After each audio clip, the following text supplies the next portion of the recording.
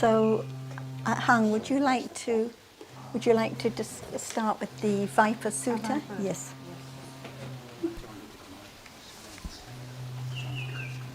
Sadika Achanka. Hello everybody. I have read So, a sutta Hang, from would the would you like to just start with the Viper Sutta? Yes. It's called Samudaya Nikaya. Yes. About the viper. Sadika Achanka. Hello everybody. The Buddha gave a simile of the viper. So, A sutta. Hang, would you like to? But in the sutta they mention some point. Many points. The first point is the four viper. The Buddha said about the Mahabhuta Rupa as a four viper. It's still unclear for me. So, Do you Thanachan, have any bodily painful feeling? sometimes, yes. How it happened without the snake and the viper? Sorry, I cannot hear you clearly. Whenever you have the bodily painful feeling, I see. where's the snake or the viper? Yes, it's terrible when it's painful. And what condition that feeling? It's akusala vipaka. And just only akusala vipaka? We have vipaka now. Yes. Is it the snake? When there's pleasant feeling, I don't. Usually it's Usually. dukkha. Dukkha. But when Buddha pointed out about the snake or the viper, Yes. it just bite anytime. Even when The it's body, pleasant, yes. but the other arises and falls away.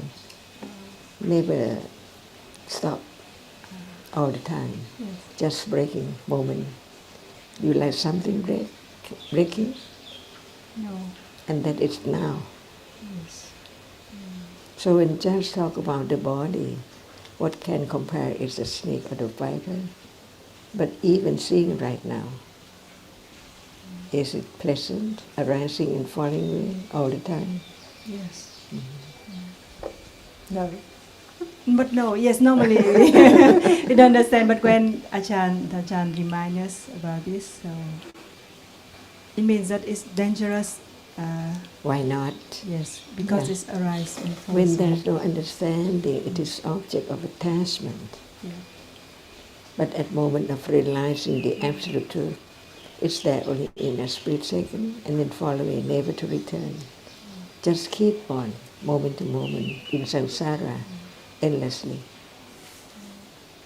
And only right understanding of that very degree to let go, the attachment to the way it is, just arise and falls away. But that, as long as it doesn't appear yet, no one can see it's so dangerous now. Yeah.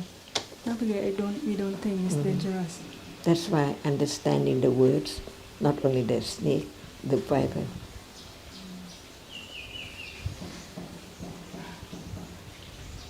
So why does the Buddha mention only Is it the not true? Mahabhuta Rupa? Is that Yeah, true? bodily, the same as the other sense though. Because we attach much to the body, We right? can talk about everything, or one by one, or just two by two, or whatever, by way of different aspects. No one can see the danger of seeing right now, rising and falling away. But at moment of having painful feeling, one can see how painful feeling is there, so very painful. Yeah. But painful feeling, I think I thought it's a Vedana, it's a Nama, but we don't think much about the Mahabhuta Rupa. as a Just keep on body. thinking about the word, the snake, the feeling, the bodily. But what about, what is there now? No one, no snake, Yeah. only different realities, absolute realities.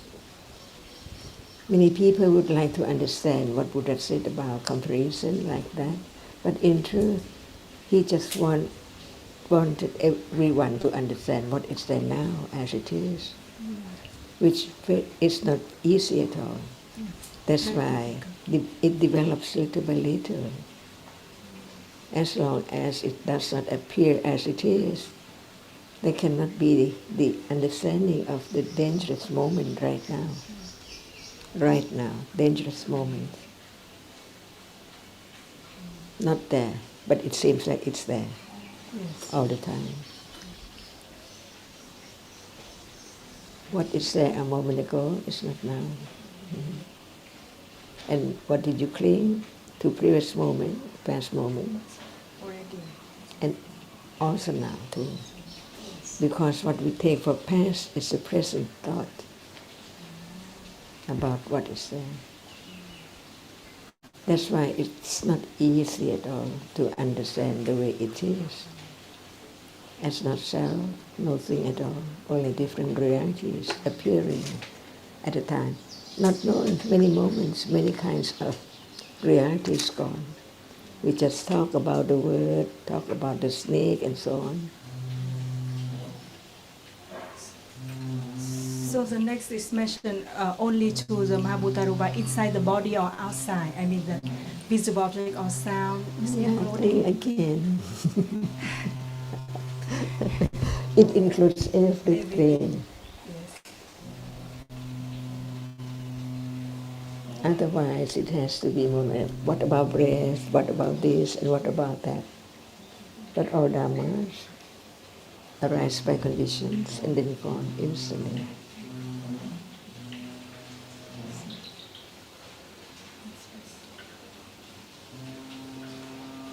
So studying Dhamma is studying the truth of this moment.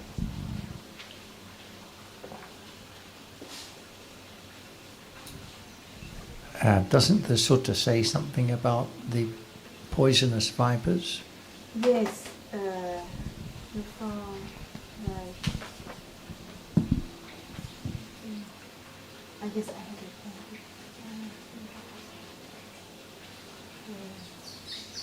At the beginning.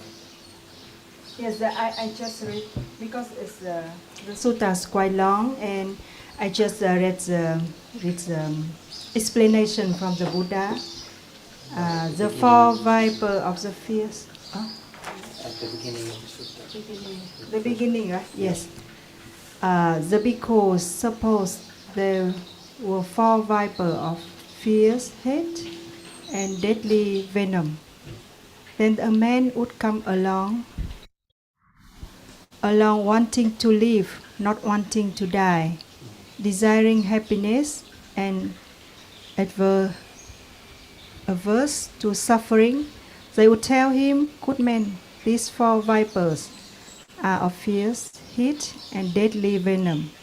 From time to time they must be lifted up, from time to time they must be bathed, from time to time they must be fed, from time to time they must be led to the rest.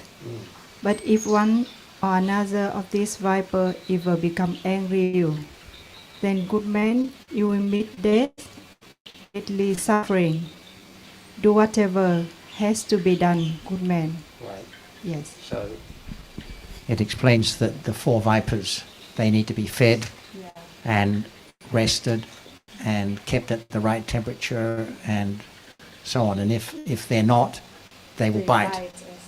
So this is why the four Mahabhutas are like fierce vipers, because they're okay when when it's looked after, but when it's, as Ajahn says, painful bodily feeling or whatever, or and when not, in terms of the body, when not cared for, then it's a problem. Yeah, disease and.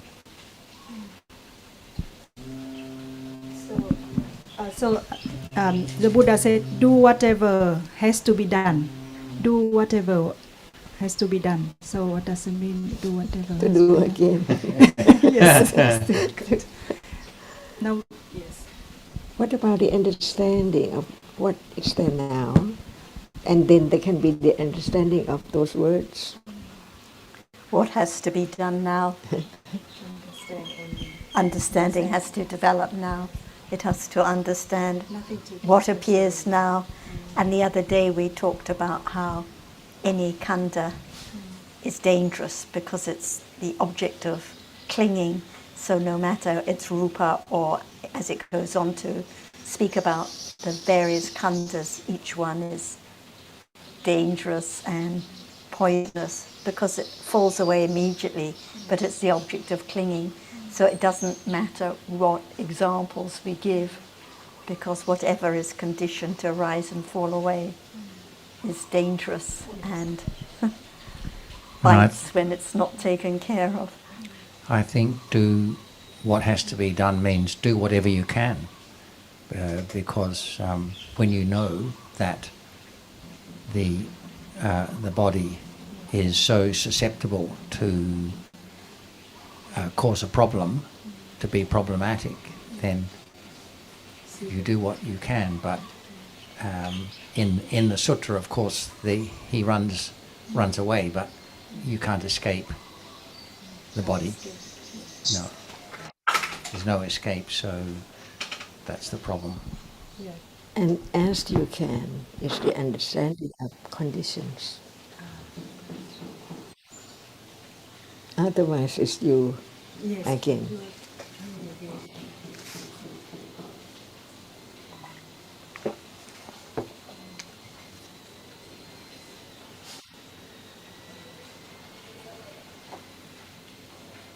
So sometimes when you have a painful feeling or problem with my health, And what about now? no. See, Yes. that's why the understanding of the purpose of listening carefully, just to understand what is there now, no matter by way of fibers or whatever, instead of thinking about that, what about, Buddha thought about whatever is there, as what he said about the snake of fibers. But just only about anything arising and falling away.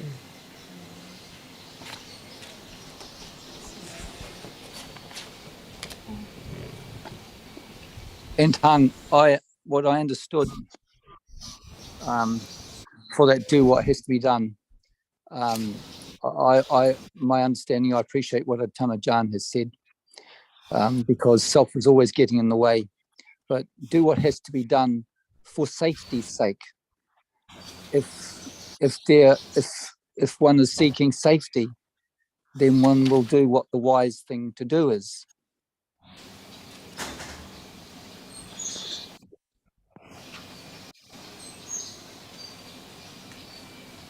And it has to be now because it can't be any other time. Yes, so it's just the development of panya now by conditions. So now, Understand. seeing, hearing, smelling, tasting, touching, thinking about other things. Yeah.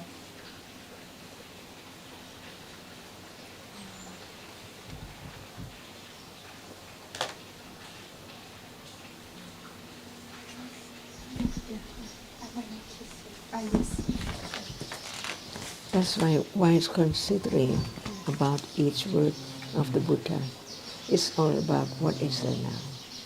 Because there is ignorance, attachment there. And if there's no understanding of the truth, it is there as object of ignorance and attachment, and on and on. So sometimes don't think about the Very, very slowly.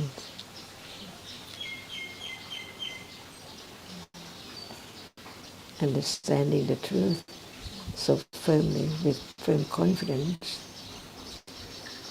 Nothing as true and rare at this moment.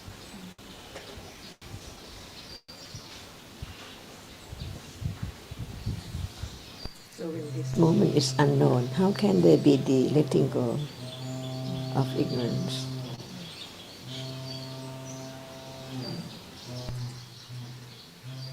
And attachment changes all the time from one doorway to another doorway right now. Exactly. That's why as one understands the nature of reality, no desire to have this and that to change the way of life, but beginning to study the words of the truth carefully. It's quite far away. The more understanding is so far away. because one begins to understand how deep it is. So deep. So, understanding what is meant by parami, see, the most important thing is parami, not anyone at all.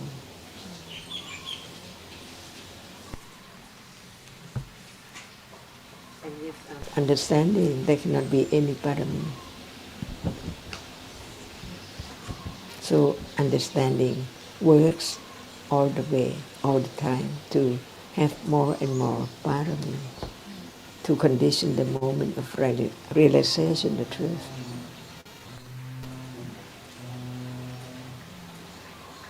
Otherwise, it's I all the time. Now I hear unknowingly. That's why it's there. It's heard.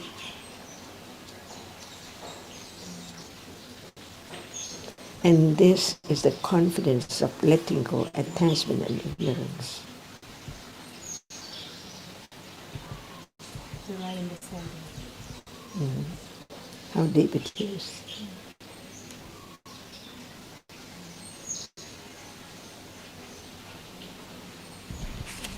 Another point I'd like to ask you.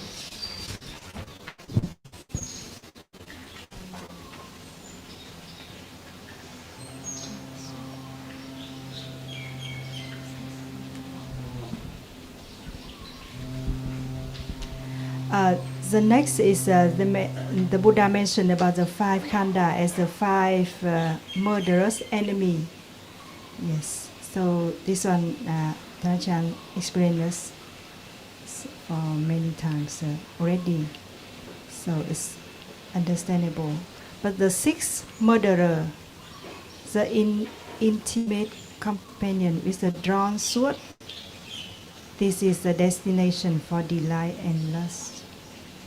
This is I'm not unclear. When there's the understanding about the truth, no doubt, no matter what the way. The intimate enemy, the The loba loba, now, loba. yes. The, like we said, the other one, the very, the dear enemy, the one that is so close, following all the time, to experiencing whatever object is experienced.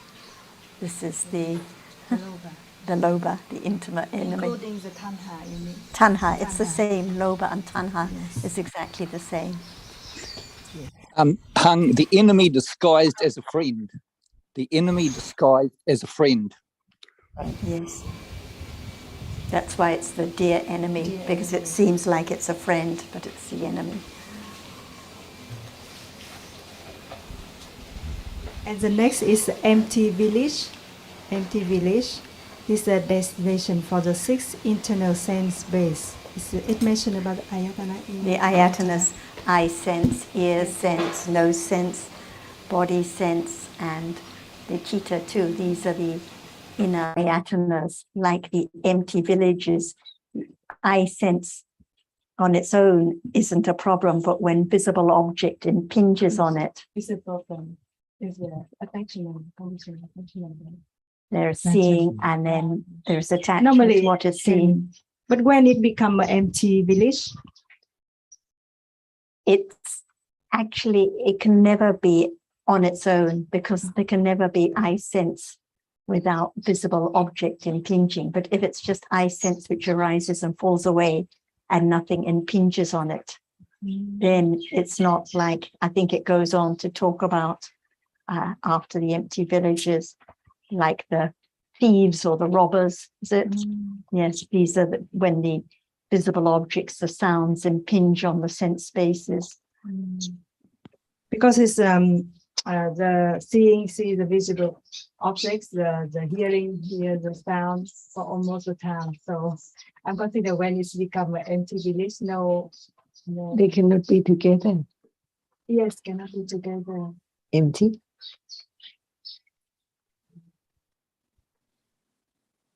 At the moment of thinking, no. No, it's gone. No more.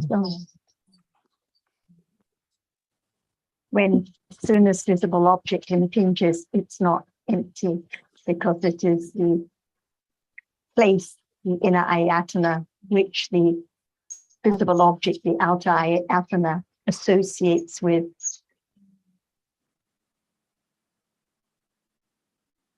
And is any ayata permanent?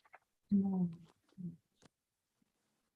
For second, one moment only. And if we don't use the word ayatana,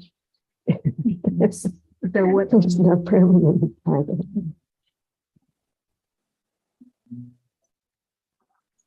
Okay, always the other one, next one. So now the eye sense arises and falls away, but if no visible object impinges, then nothing is experienced through the eye sense. No robbers, no thieves, no trouble. It's empty village. You can understand as the empty village. Or just a word to think about. It's just to indicate that the trouble comes because of the impinging of the object on the eye sense, which is experienced. If there is no experience of anything through that empty village, then no attachment to what is experienced. So it's now. Yes, I got it. So the simile for the tabloid is attachment.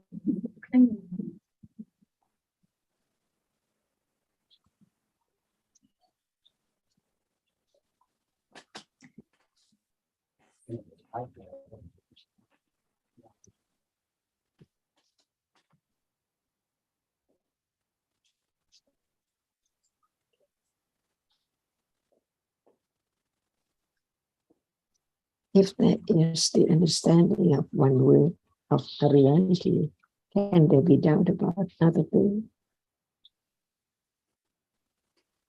For example, arising, whatever is conditioned arises and then falls away. Applies everything. No matter the venom, the eye, the ear, whatever is there just a moment ago. It's there in life, and appearing and disappearing. So it's not just today, anytime, any reality.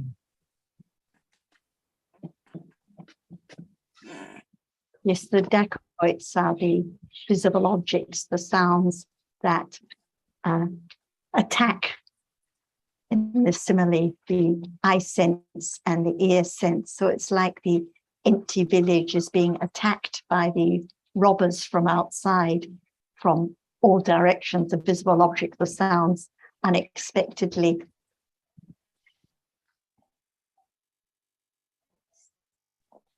And sees what is experienced and is clinging instantly. So the external ayatanas, the visible object, the sound, they're like robbers coming and attacking, conditioning, clinging to arise to what has been experienced. And ultimately rebirth and continue the cycle of samsara, rebirth and death over and over. But very interesting. In time, the robbers, when we think of robbers, we usually think of ignorant and foolish people. And that's usually what there is. When there's no understanding, there is ignorance and foolishness. So those bandits are just an analogy for foolishness and ignorance.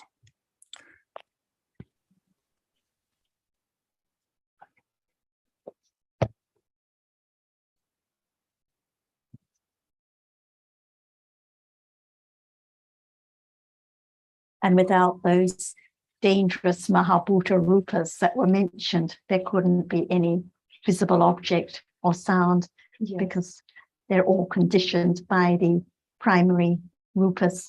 This is why they themselves are like robbers, like vipers, attacking the sense spaces.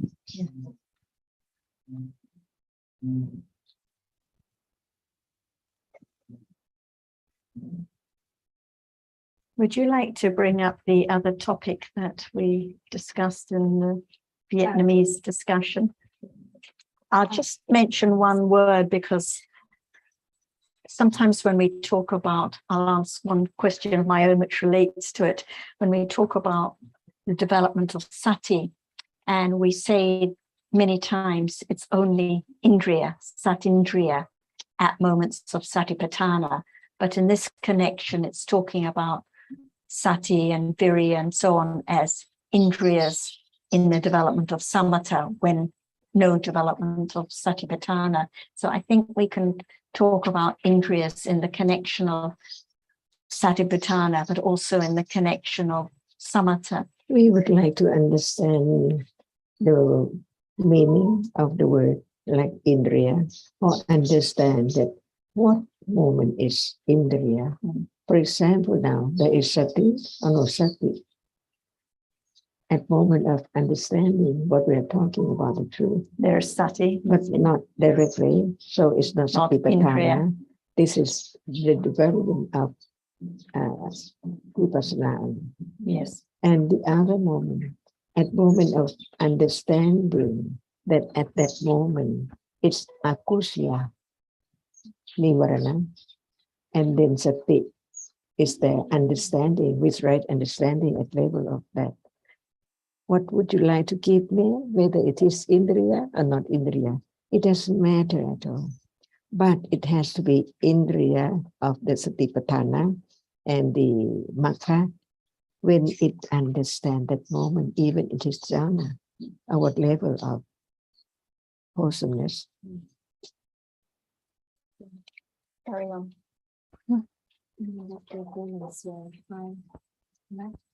I don't remember exactly. In Vietnamese discussion, we mentioned about the balancing of the five Indriyas, like Sada, Virya, Sati, Samadhi, and Panya.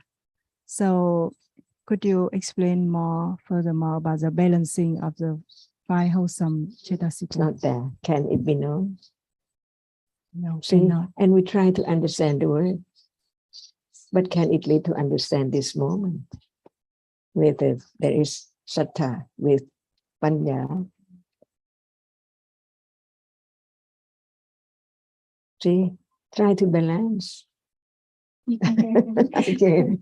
No, I mean that try to understand how it can balance. But together. when there's not enough understanding, what does it mean?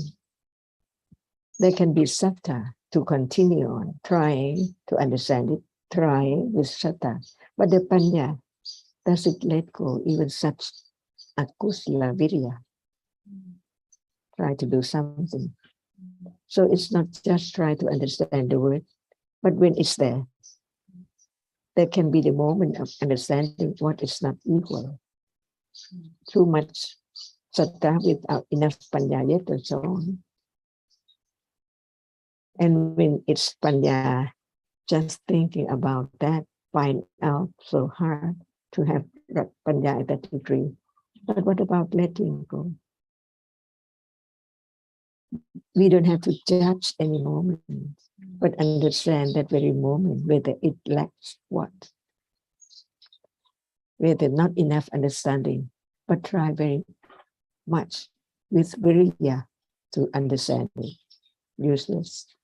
Yes, understand that virya can arise as akusala chitta, but sattva only arises the wholesome. Sattva cannot be unwholesome. Unwholesome, yes.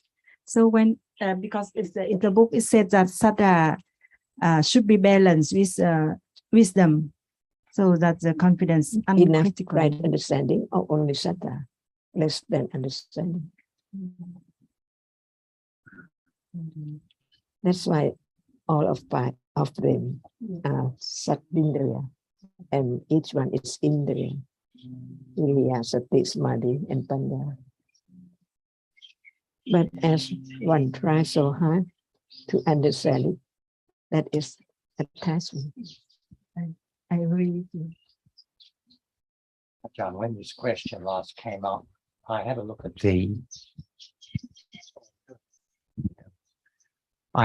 the commentary of the Satipatthana Sutta, and it seemed to me that all the references there to balancing the faculties were in the context of development of samatha only. not for insight development. Not try to judge, but understand immediately what left.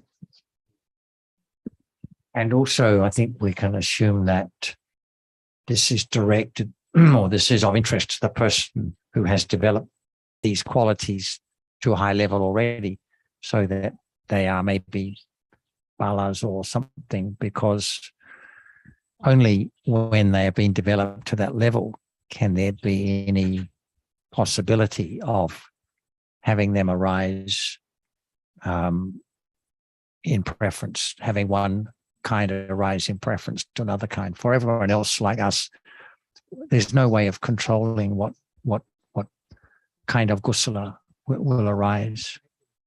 And there's no possibility of it there being out of balance either, for that matter, because they're not very well developed. But in samatha development, I think that they don't understand the reality as a reality. They understand the kusala as a high level panya. So Right. so what? So how they can balancing? Yes. Yes. Sorry. Just try to understand the word. Well, if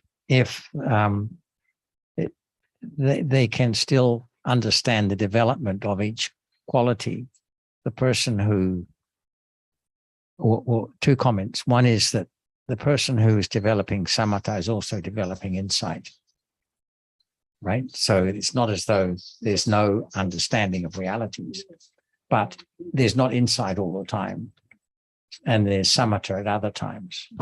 So, and that's the first point. So the second point is that in order for different kinds of kusala to be developed, it is not necessary to understand the characteristic of realities, because kusala can be developed apart from panya, of course, but kusala can be developed by the person who hasn't. But that's not the case here, because the comment is being made, or the text applies to the monk, the follower of the Buddha, who is also developing samatha.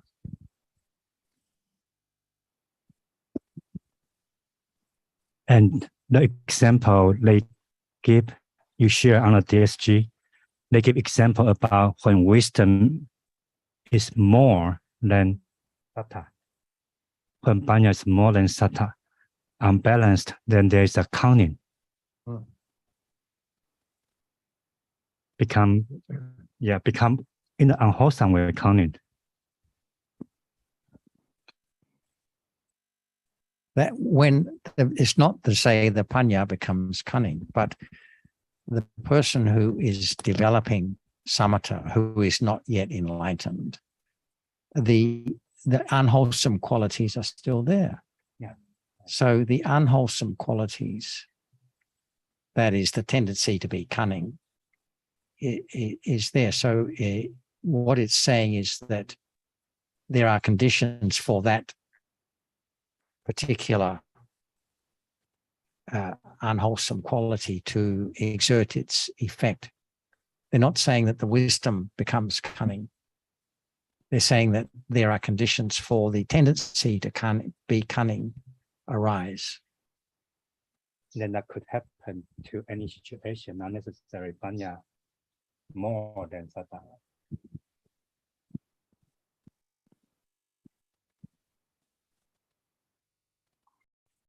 Well, I don't think it's saying that it's only in that situation that cunning arises, but this is it is explaining and I'd accept it at face value that if a person has the tendency to cunning and they are developing samatha, then it's possible that for whatever reason, because samatha requires quite special conditions for its development at high levels. It is being said that the tendency to cunning can exert itself. If whatever it is, the panya, the ratio of the panya to saddha is such and such.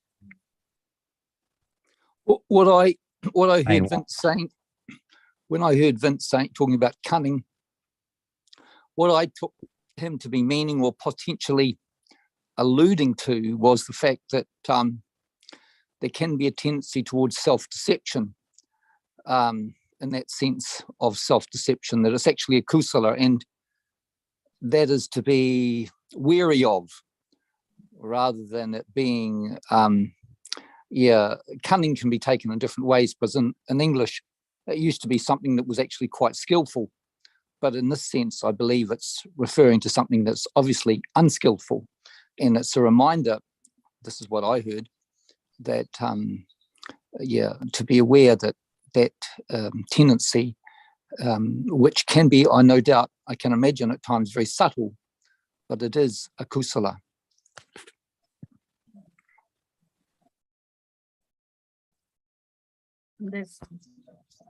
There's one other comment in the book which I think is not quite right, or we have to consider carefully. It says, from the foregoing examples, we see that samatha cannot be cultivated without a basic understanding and careful consideration of the realities taught in the Abhidhamma, which are in fact the realities of daily life. But as we know, those who had never heard the Buddha's teachings and who attained the highest jhanas did not have a basic understanding and careful consideration of the realities that we read about in the Abhidhamma and the realities in daily life. Yes, they had to know the difference, the distinction between kusala and akusala, but not as dhammas, not as anatta.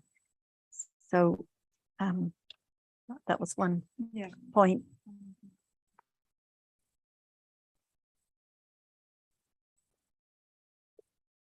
So I think the conclusion from, if it's correct that it only applies in the context of samatha, then for the person developing insight, it's not something to be considered at all, doesn't apply to the person developing insight. Yeah. And that's consistent with how we understand that understanding of realities doesn't allow understanding of realities also has the effect of gradually eradicating the unwholesome tendencies at the same time. Unlike the qualities being developed in samatha, they don't eradicate anything. And when there is the development of understanding in satipatthana or before satipatthana, then the nature of the awareness and understanding, it balances naturally, no need to think about it at all.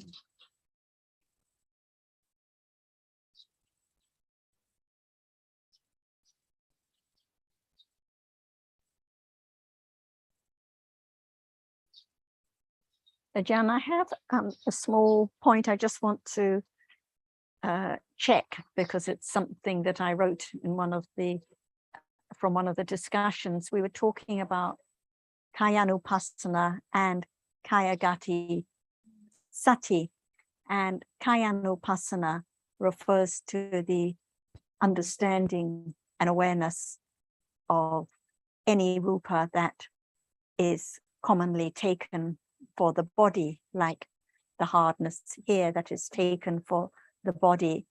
And we discussed the meaning of kaya, that it has to refer to a collection that can be rupa, nama kaya or rupa kaya. So the collection of rupas that together is taken for the body, and kayanupassana refers to the development of awareness with understanding of rupas naturally.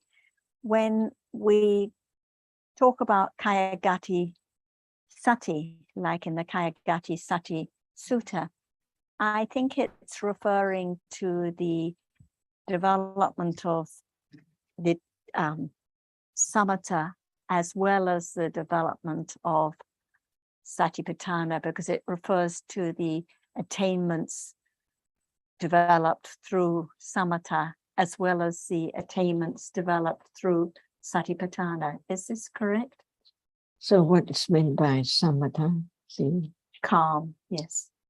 kusala moment. Kusala moment. It's calm. Calm. That's it. With any kind of kusala. Yes. And when it develops with sati and panya and kayanopasana, then it is referring to the calm develops with understanding. And when it refers to kayagati sati, it can be referring to the development of calm in samatha or development of calm in the development of satipatthana. Depending on panya. Depending on the kind of it is panya with and the right level. understanding of Yes. satipatthana. Good, thank you.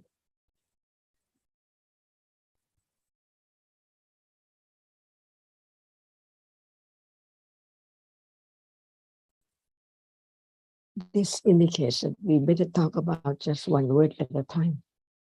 Otherwise, they're all mixed up. That's why no matter what about the Pitaka or commentary, just take one word to consider so that there can be clear understanding of that word. Otherwise, it's one's own understanding that, oh, I understand that phrase with many words. But in fact, if there is more understanding of just one reality by different words, there can be the understanding of panya at that level of it is this or that.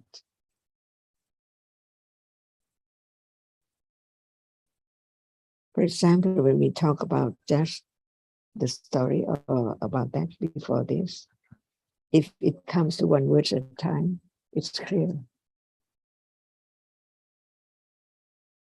Is it clear now? One word. Balancing or vipers. Many words. I'd like to ask you about the Vedana. Okay, another word. Why not the previous, the last word or the other words before this? Because you just want to have understanding of Vedana. Forget about those words to have more understanding. Just go ahead and on and on. I'm going to read the book from the bhikkhu who teach the Paramapadama, Abhidhamma. So he quoted from Vibhanga, and he said about the Vedana. The first quote is in the Akusala Chitta, the Buddha taught Vedana Pachaya Tanha. Okay. Yes. The second quote is for the Kusala Chitta, the Buddha taught about the Vedana Pachaya Sada. So, What word should we talk about? Just yes. one word at a time. Yes. And go on little by little. Yes. So, why the Vedana Pachaya Sada? It can condition any reality, not only these two, or just only these two. So it means that in the whole samchitta, kusala chitta, the Vedana condition sada as a sajata pachaya. So it's the meaning of this. Can it condition other reality too? Yes, So including sada. But why sada is mentioned here? because you can mention the other word too, not only sada. I see. On to mention adhimokkha too. Yes. So any other Chaitasika. Yes. So he said that in the pancha, seeing, hearing is the pancha.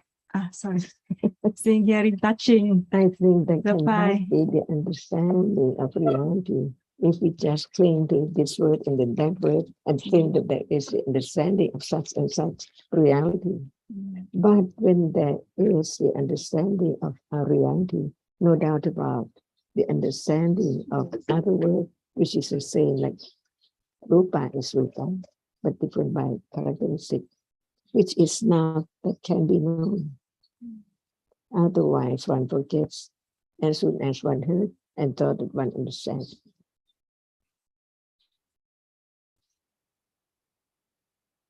So all these words can be understood when it's there with understanding. No doubt about those words. But when there's no understanding of such degree, it's impossible to understand what is there as it said.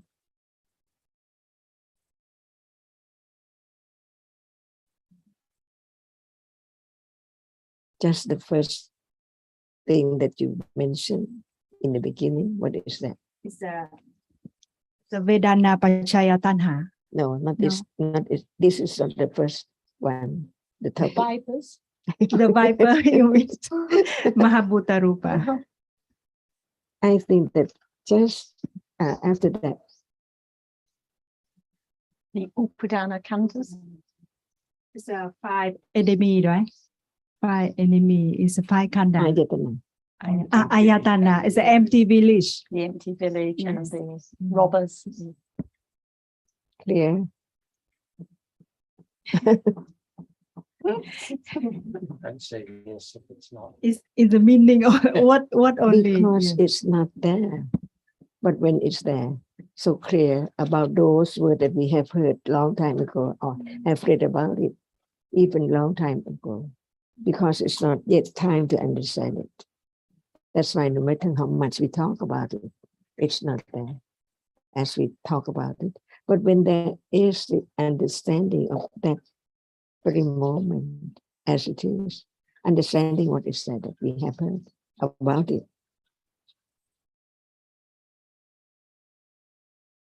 But now we just can understand the word only. because you see that as the Abhidhamma, what is Abhidhamma? The person who hasn't heard about Abhidhamma, there are Abhidhamma realities, no understanding by word. But when there is a little more understanding of this moment, no matter we say, see is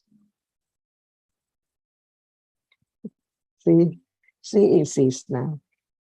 It develops little by little to understand the reality which experiences an object, not only seeing.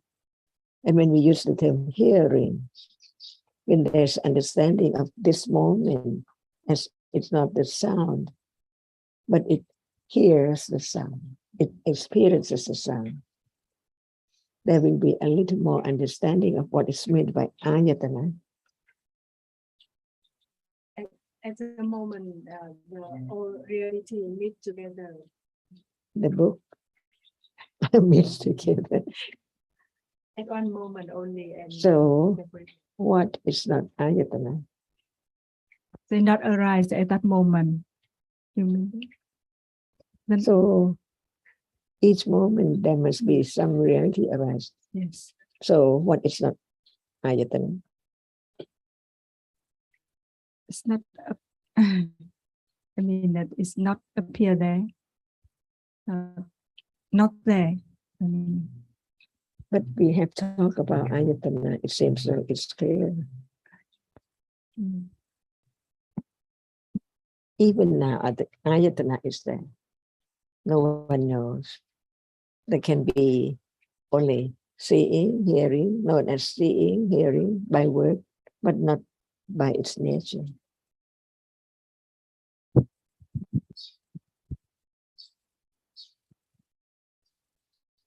How many moments of nama arising in a day? uncountable. All the time. All the time, yes. Ayatana.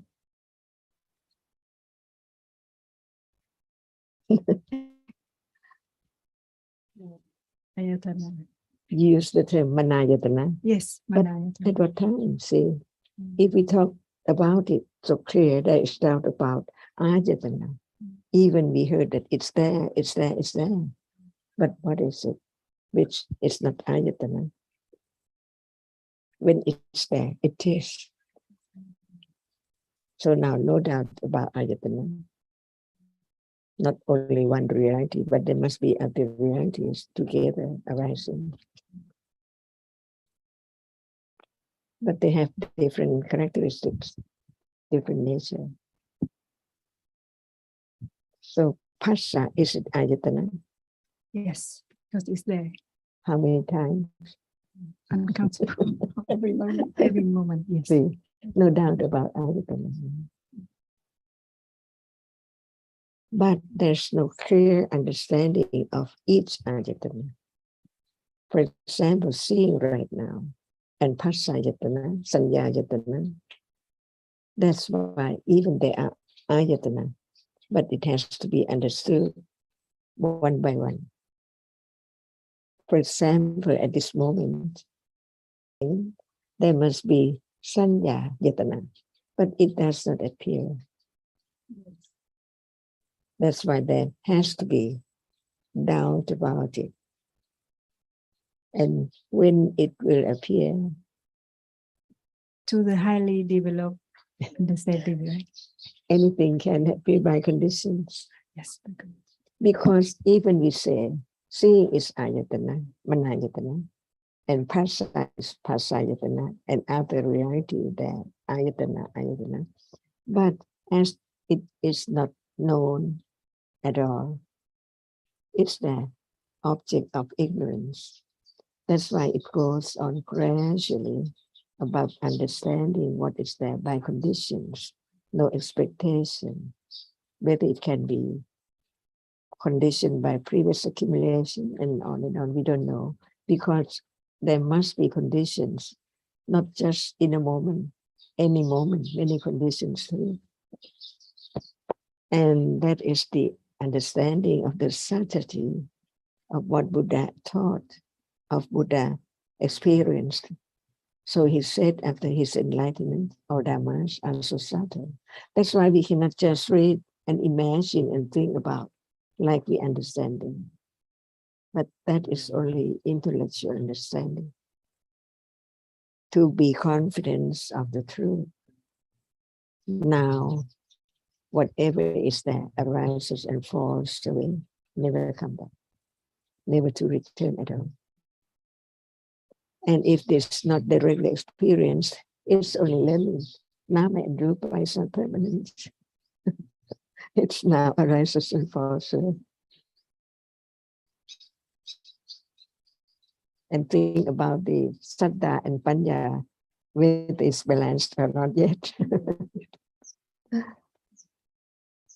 Talking about Vedana, at the end of the other discussion we had, you were going to continue with the feelings, and we were chatting about sensations, and also on sometime you mentioned about body awareness. So I think it's good to talk about all these topics to clarify. Do you want to start off with what you were referring to, Jinsen? Maybe before we start, to be clear about what the sensation means. Because that was originally Eve's question. So what do you think about sensation and what does sensation mean to you? You've got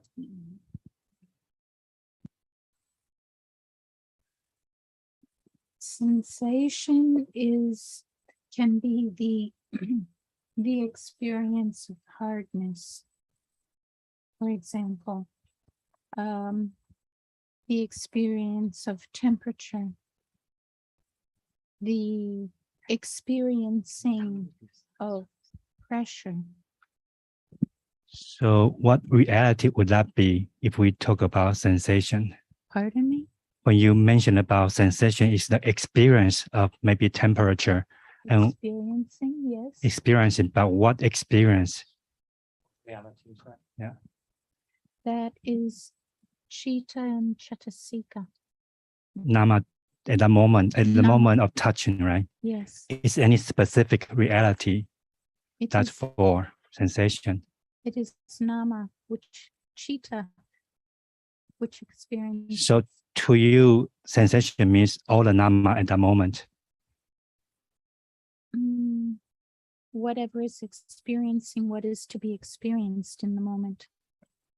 Right. So sensation is not that which is experienced, or Sensation is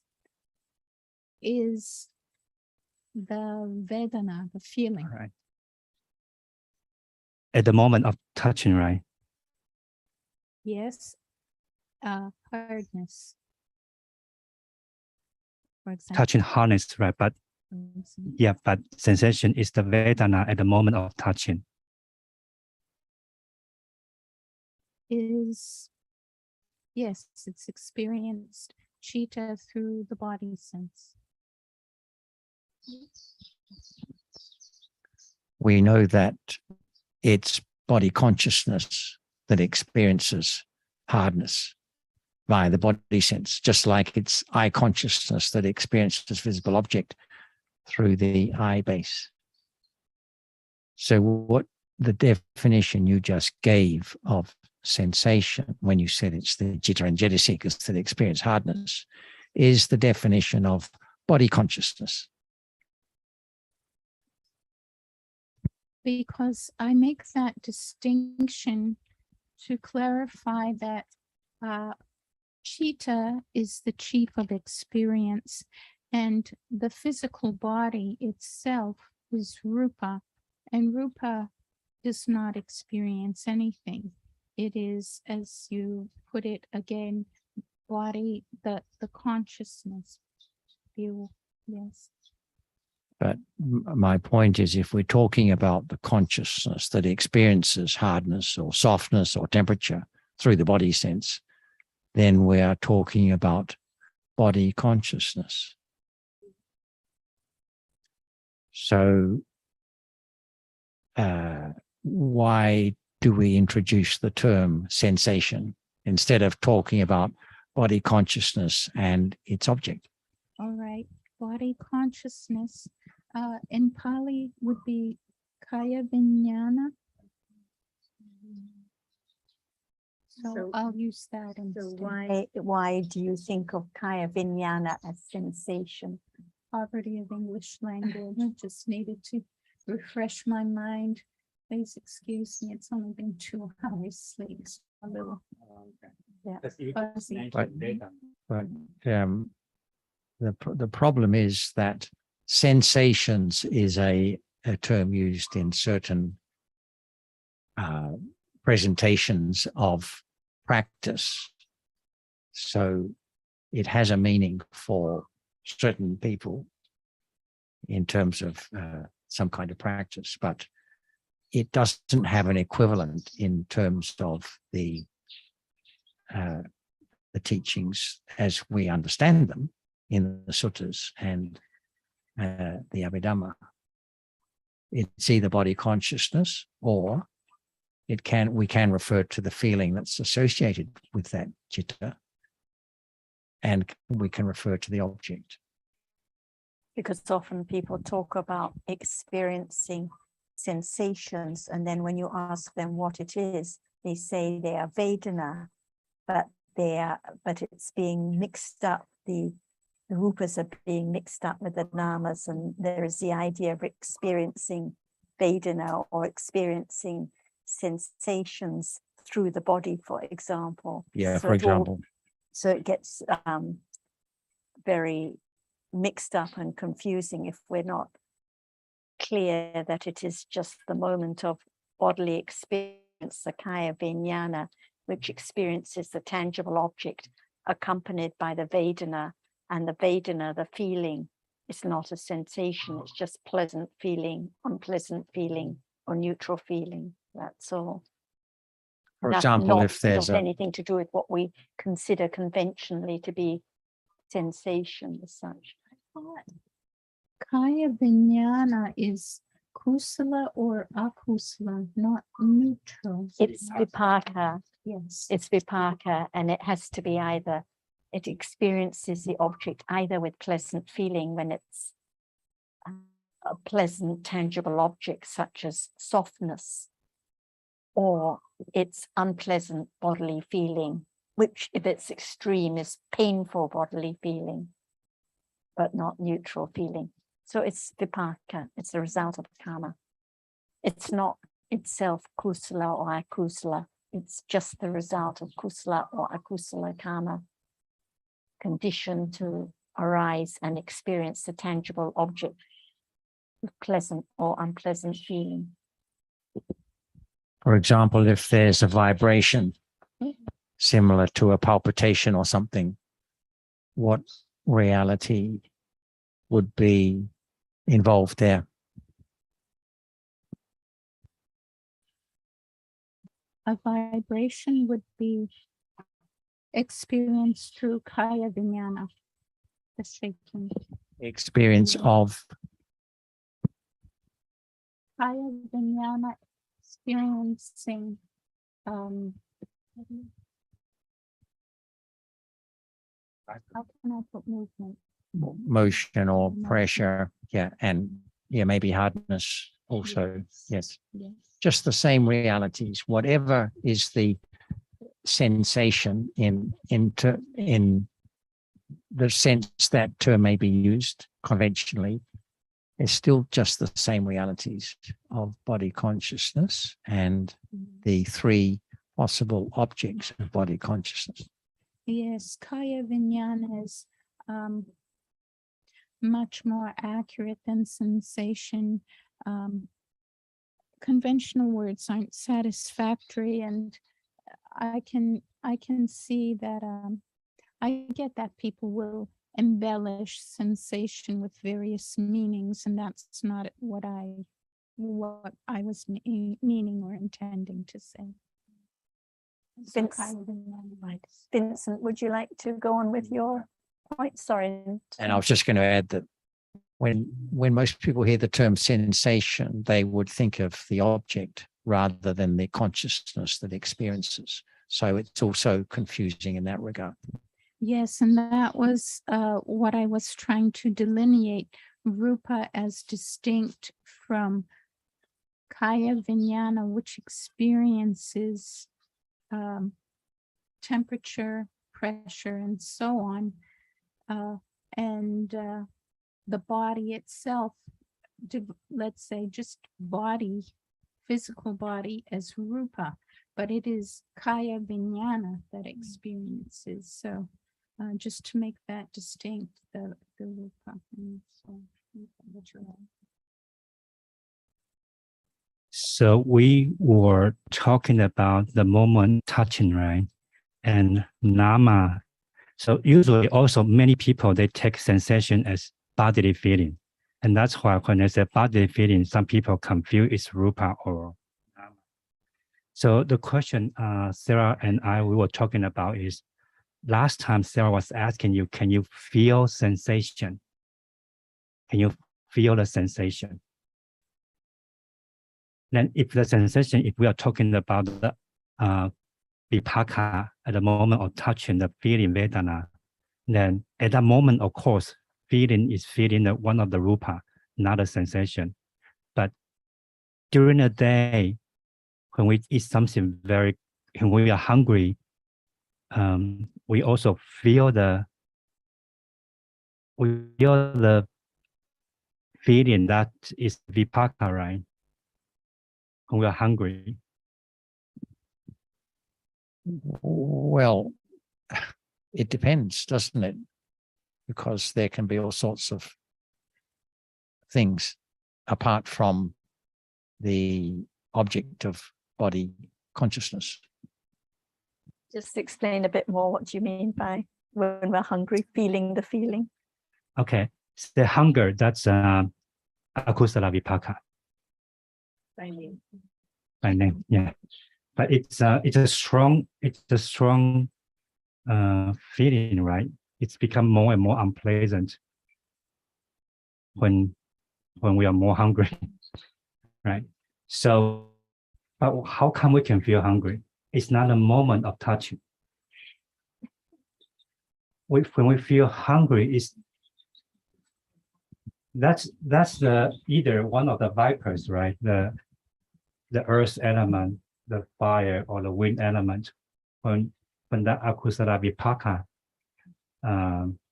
mature, So when we feel hungry, that must be the object of the chitta is the unpleasant feeling, which is the akusala vipaka, the Vedana. That's what I meant. When you say no touching, what do you mean? No touching. No, I mean, when we feel hungry, that means the Kaya Vijnana experience, the akusala vipaka at that moment. What's the object? The object is one of the 4 rupas. So there has to be earth, contact, it doesn't there, Yeah. between the citta. Yes. The Yes. hardness has to have impinged Right, on the body sense. right, right. So that's what the term touching depends whether you mean it in the conventional sense or not. Means the Kaya Vijnana at the moment. Kaya Vijnana experience one of the 3 rupas. Right. So there's a contact. The rupa has impinged on the body Right. sense. Right. So Right. that's a touching. That's the touching. But when we say feel hungry, that's after that touching. That's it. When It's the unpleasant, the painful bodily feeling that arises together with the Kaya Vijnana, right. the But at that touching. moment, feeling is not an object. When we feel hungry, it's the unpleasant feeling. But What's is the the is the Is the object? painful feeling a nama or a rupa?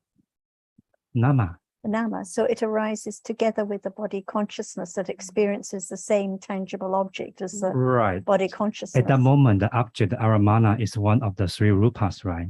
Yes. Yeah. But the moment we feel hungry, the object is unpleasant feeling. It's the same if there's touching there and it's hard and you feel pain. That's all hardness. But it's different moment, right? When you feel pain, when there is a painful feeling, the object is a pain. Feel painful, but actually no you feels anything. Right. But the painful feeling, it arises together with the body consciousness that experiences that tangible object, the one that's too hard or too bitter or too, not Right. too bitter, too Yes. hot, for example. That's the first error, right? That's the first error. Yes. Yeah. But And that's the painful error, bodily the painful, feeling. the Yes. akusala vipaka. But after that, Okay. there is a feeling hungry with aversion, right? And Well, that's at that you- time, the object is the unpleasant feeling. The aversion to the painful feeling is a different moment. As you Different said. moment. That's Yeah. the second error, Right. right?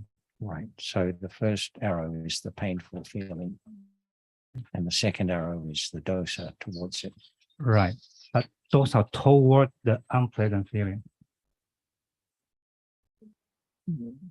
Well, I suppose, yes. Just the same as when it's hardness experienced from outside the body, no different. Right. Right. So feeling hungry Right. is just another example of body consciousness experiencing hardness and maybe heat and pressure. Okay. That's a good example. For example, there's a fire here. I close the fire. I can feel the temperature. But when I start to want to get away, that's when the moment feel pain, aversion toward the pain. Usually that's when you feel the pain, but actually the painful feeling has arisen, and that's why there is thinking about moving your hand away. Right. Because It's a that desire pain, to move away. because the painful feeling has arisen with the body consciousness countless times. So that conditions the But- moving of the hand. I think we all understand each other. I think the point I want to say is when you ask Eve about, can you feel the sensation? And I was thinking it can only be possible in mindful process. That's what I meant. When the unpleasant feeling become the object in a mindful process. We don't call that feeling the feeling, though, do we? That would. Because the mind doesn't, thinking doesn't feel. Well- I was wondering, Well, rather just- than Yes, I think what you're talking about is the unpleasant feeling that accompanies the thinking when thinking about that painful feeling. At that at the moment of thinking, Vedana is there to feel the object. And the object is unpleasant feeling. That's it. That's what I was. Right, just the yeah. object of the citta. Let's that feel the moment. feeling. It's possible. It's just like aware the sati. It's like aware the sati. Aware the sati. When the sati becomes the object of satipatthana. I see. I Right, was, when there's awareness of the reality of sati, then you talk about aware the sati. It's like So feel the feel the feeling. feeling. Yes. Yes. I was What's the thinking, characteristic of sati? Book word. Only word. I only know the word. So at the moment of satipatthana, we're talking about sati and panya, right? Yeah. So I'm not sure if the characteristic of sati actually appears. Ajahn may like to comment on. I know that the character of panya can appear.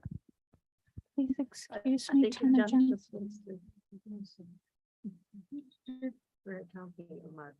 Realities.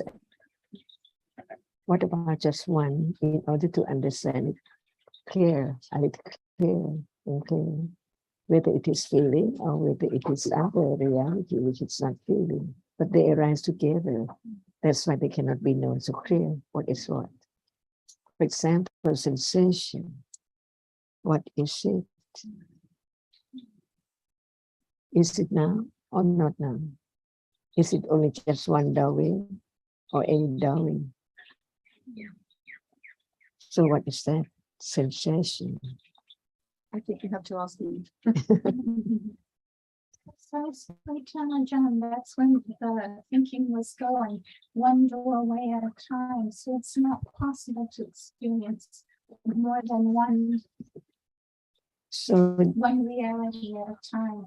And not, please excuse me, I don't know if this is it, but rather than experiencing with the Kaya Vijnana, I think in terms of Kaya Vijnana experiences characteristic of Rupa.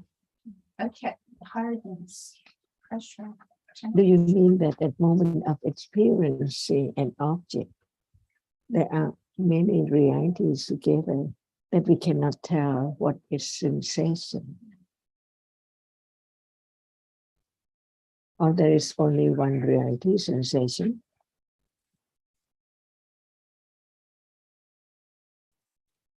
Without a high degree of panya, illusion is many things at once. But we talk about the nature of a reality, which we use that word sensation. In truth, what it is, just one characteristic, one reality.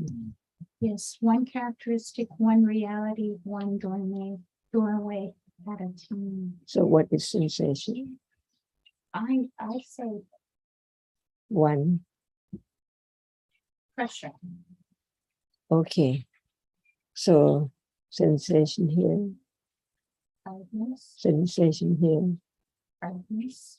At moment of thinking, is there sensation? No, So do you mean only the body though?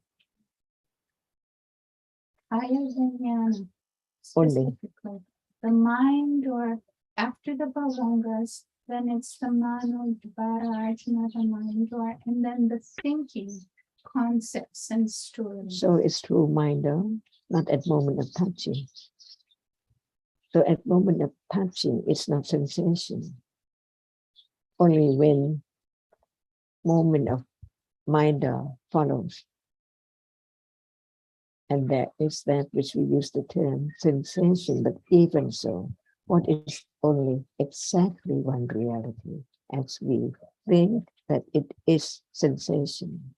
And we just take the word sensation, like we use many words for whatever, table, see, sensation and table and glass. Not just one reality. All right? That's why I think that if we don't use any word, the characteristic of that reality appears. No word at all. But there's no understanding of the truth of that as it's conditioned to arise just to be that characteristic and then falls away instantly. To learn about whatever is there, no matter what, it's not there forever, just in a moment and then gone. And what is not known, that which is the reality, which experiences an object, no matter in what way, what aspect. And the other is that which cannot experience the object. That's why Nama, Rupa, Paricetayana is so clear understanding of the distinction of the two. No matter it's what, no word, but it's there, that which experiences and that which is the object.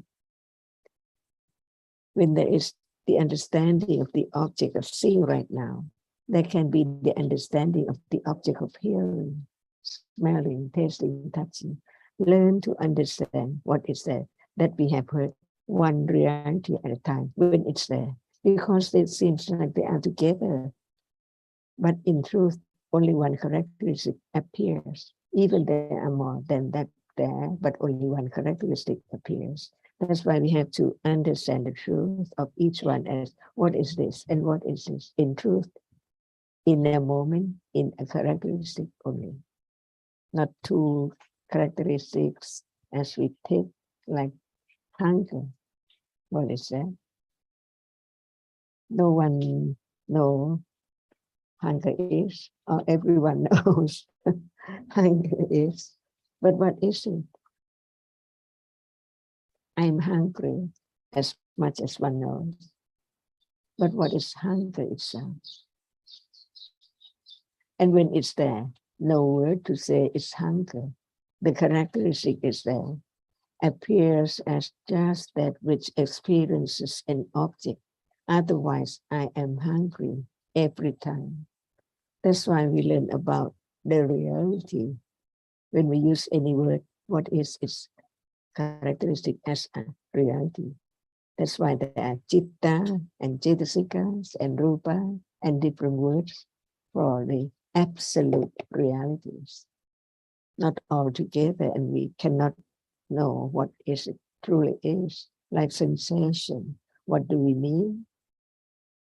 Not only touching to the body door. What about the other doorway? See, in order to begin to understand more and more closer, precise understanding of what is sensation. Or we can say that there are many realities together, and the feeling, which is different from other moment, is there as sensation.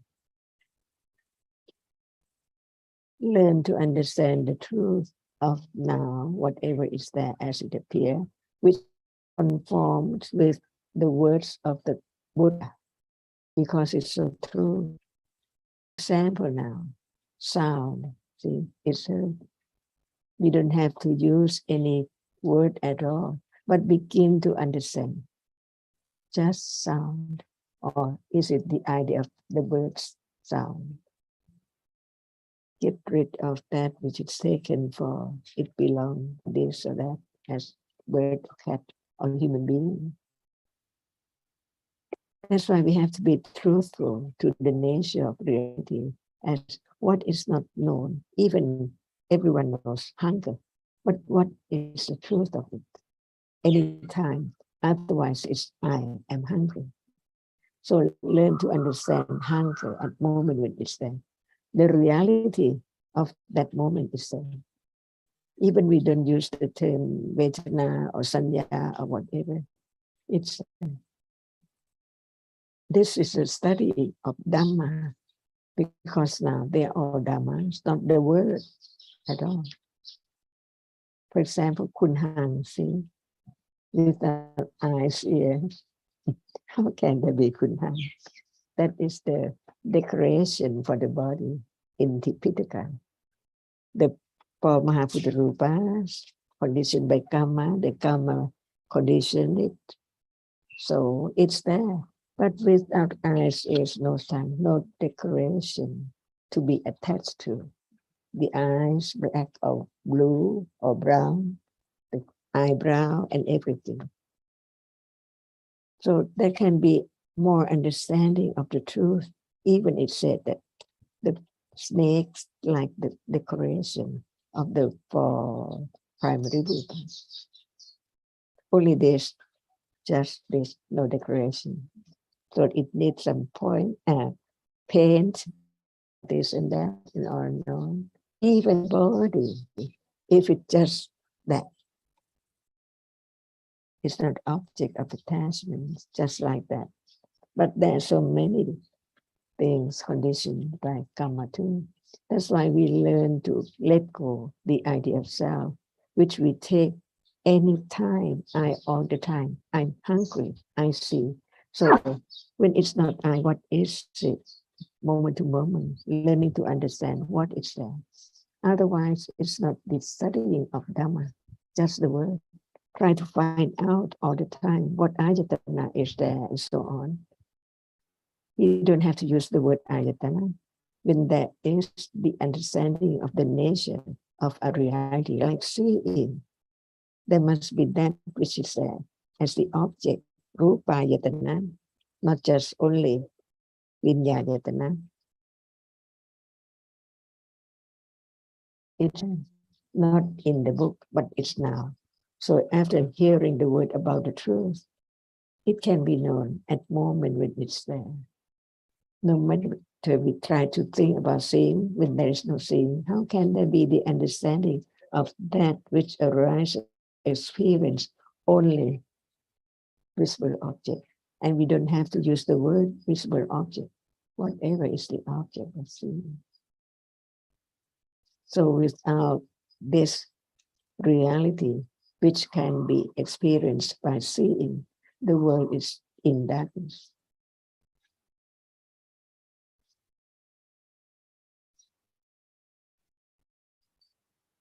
Are you about to say anything? Okay, I just see if Nina would like to bring up anything, or anyone else who is there listening on Zoom. Can you follow? Can you hear it okay, Nina?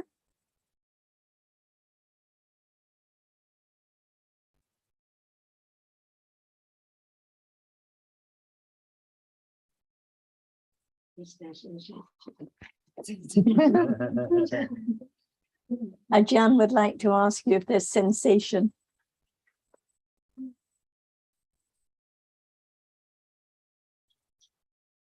We can't hear you, Nina. Yeah, the word sensation is a word from conventional language, so it doesn't mean much to me.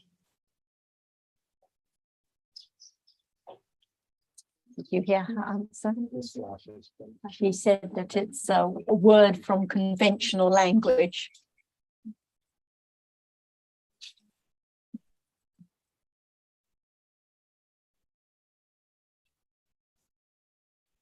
And the truth? Is there any truth? Or only conventional language? In order to understand it, actually, there's nothing at all on that which is conditioned to arise, to appear. So very, very short. And then gone. Learn about whatever is there. So very short. Seeing is so short. Hearing is just so short. Everything is just like that. Not long enough to be taken for something permanent at all. Even just only 2 moments.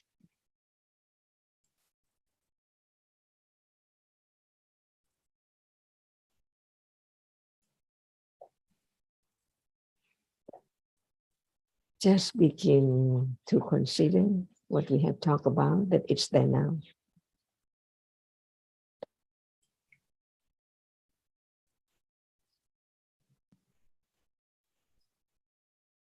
Otherwise, it's always far away from this moment. I get the knife. Sensations. Can there be body awareness, Vincent? Because you mentioned that term once. Body awareness. I mentioned that. Yes, body awareness. I think you mentioned it in an email to me, body awareness. Can there be body awareness? I probably mistyped word. So no body awareness. No, I don't know what that I probably mistyped. Oh, it could refer to awareness of the body by the body sense. What do you mean by body sense? I mean, the body become the objects. The body and the body sense. No, I thought you might have meant awareness. Do you remember the context? I think it was just, you may have been speaking conventionally, but you just referred to having body awareness or developing body awareness or something like that. But I don't have the exact context. No. Because it's a common idea along with sensations, an idea of being aware of the body. But as we know, actually, there's no body. So there cannot be awareness of the body. Thinking about it. Just thinking about the body. That's why we have to understanding from the very beginning, what is the body? So that there can be awareness of that, which is hidden for body.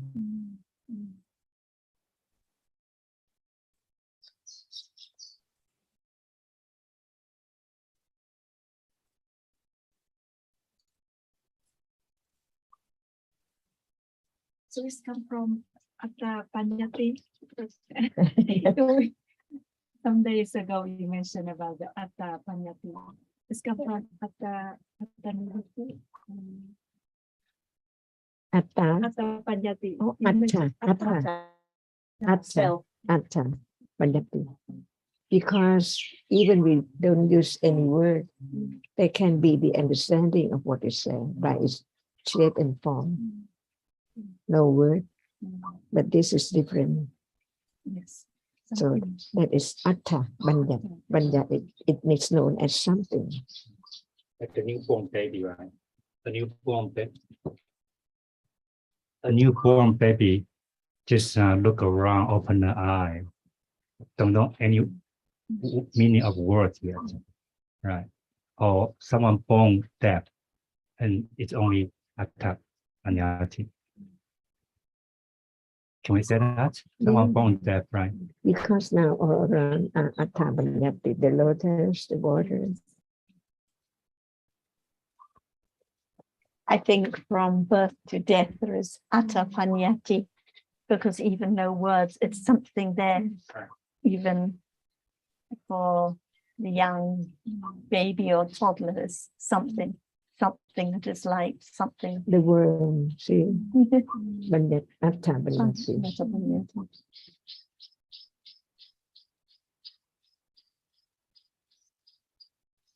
But no word as Atta Panyati, but it is Atta Panyati.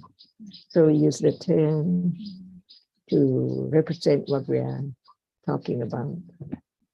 So on the other hand, someone born blind, so that person has Satta Panyati only, right? Satta Panyati. Sound, smell, no word. Oh, I can still, yeah, blind can still touch to get a shape, idea of form and shape, right? Why would being blind mean no Atta Panyati? No. I mean, yes, there could be. I was just saying it could just touch this his idea of shape and form.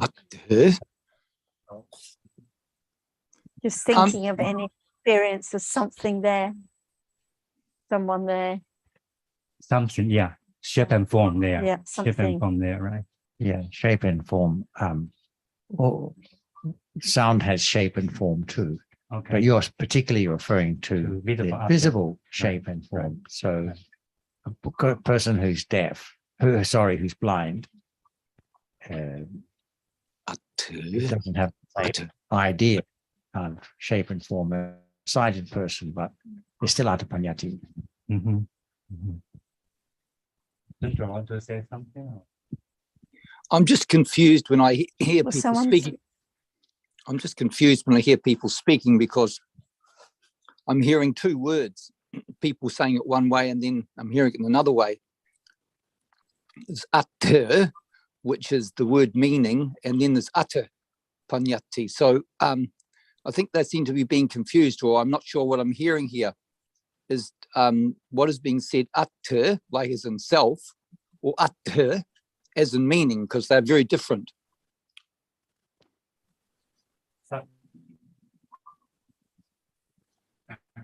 How do you spell that? Well, atta, the meaning, atta, A-T-T-H-A, it's a plosive sound. And then atta as in self, A-T-T-A, in the Roman characters. So I'm not too sure what people are saying there when I'm hearing you speak to one another. Just a moment. We have. When we talk about words, the meaning is Right. atta, Right. and But the sound. right. Yeah. It sounds related, but it may be Sundra has a different idea now. No, I don't have a different idea. I thought Ajahn was saying atta, and then it was being understood as atta. They're very different words.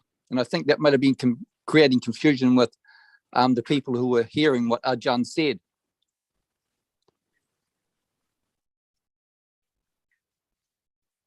Because the first word you spell is A-T, right? A-T-T-H-A. A-T-T-H-A. I thought that Originally, when you were talking about Atapanyati, Uh-huh.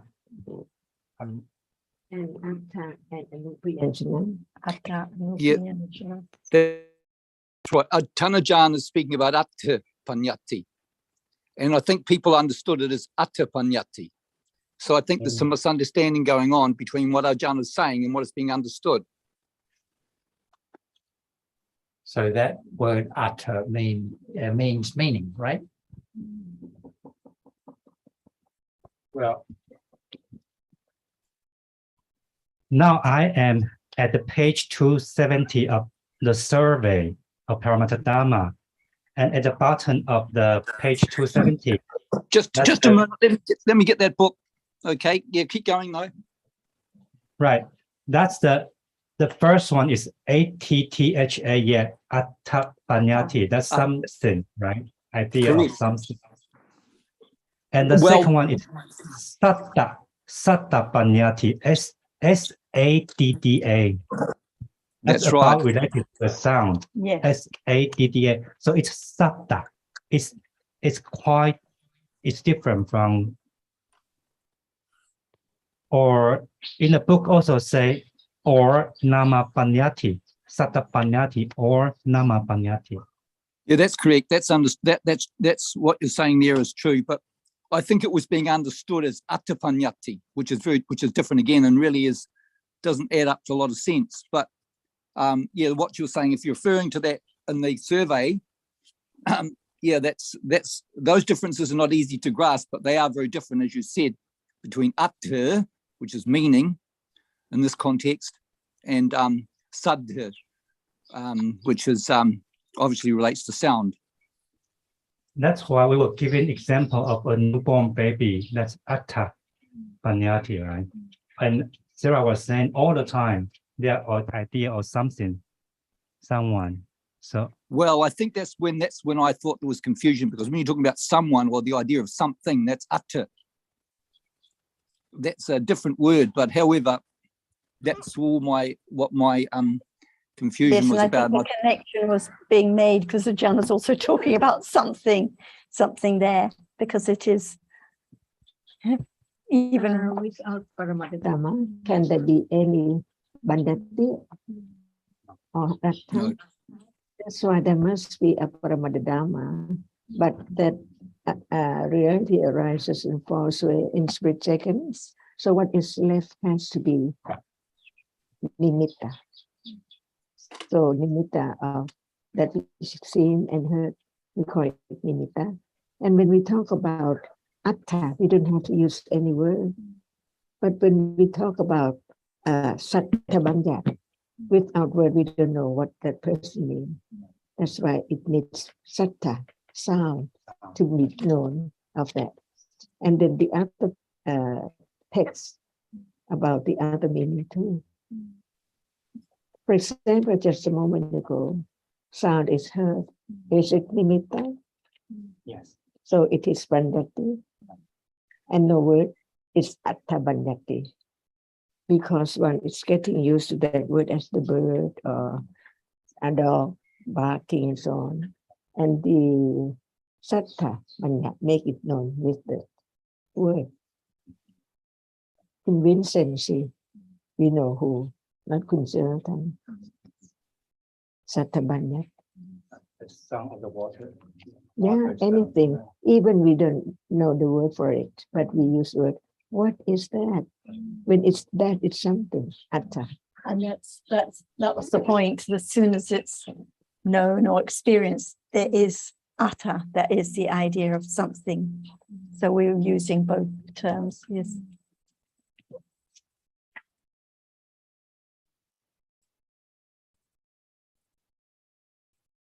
Kun Dung has just joined us, so everyone will be glad to see you.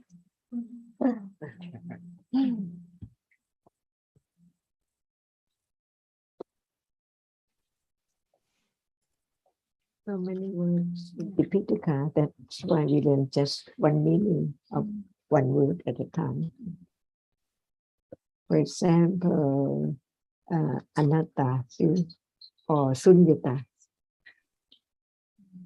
Sunyata, that which is not there anymore, never to return because it arises and falls here.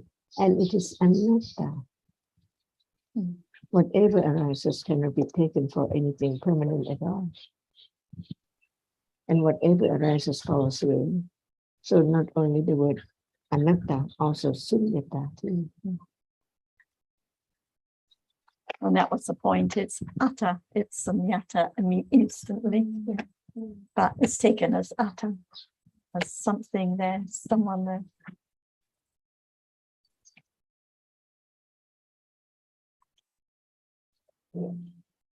This is a rather just a detailed point. In one of the discussions, one of the Chinese discussions, Vincent may remember. Actually, I think you were talking about the Panchadwara Vajra, talking about the Dhamma Chakkapawatana Sutta, and there was a bit of a misunderstanding about light or something like that. But anyway, whilst there was the misunderstanding, there was a little bit of a discussion about chittaja rupas, such as hardness, such as when arising together with the vikara rupas.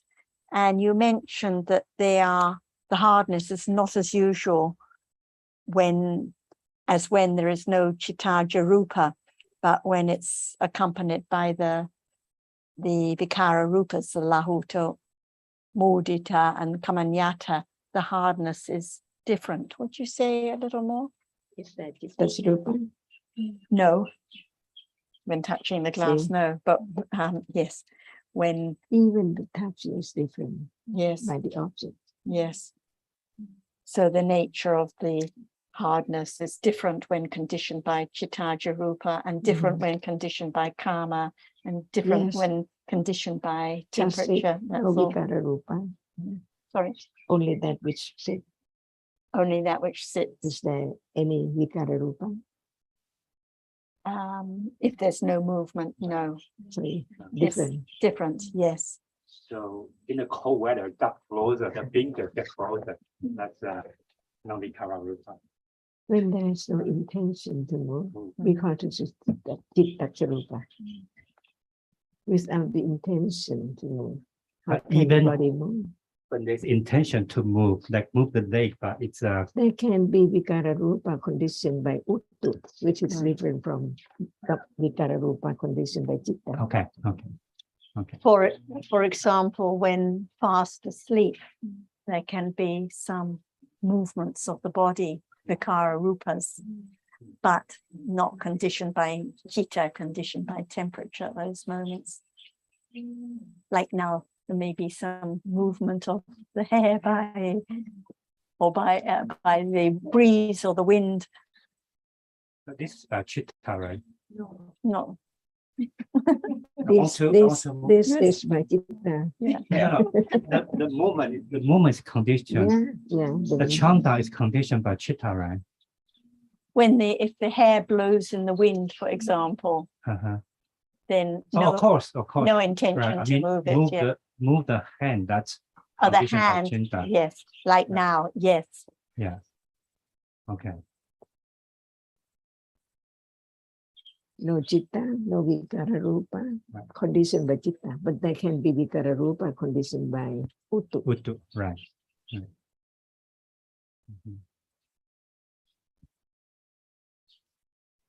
Right, and the point was that the hardness or other rupas that arise together with those vikara rupas conditioned by chitta are different from when not conditioned by chitta. That was the point that came up. It was an interesting point in that discussion, but it was kind of off at a tangent. Right. Yeah. But touching the table or touching the skin is different feeling of hardness. Hardness also has something to do with jivi indriya, right?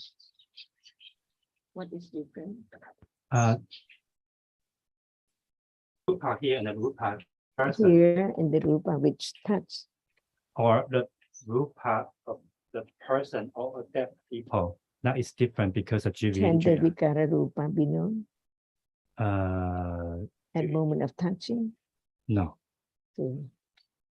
You're talking about the hardness, right? You're saying the hardness when the skin is touched is different from the hardness. Right. Or dead people or alive people, you know it's different. So what is experienced?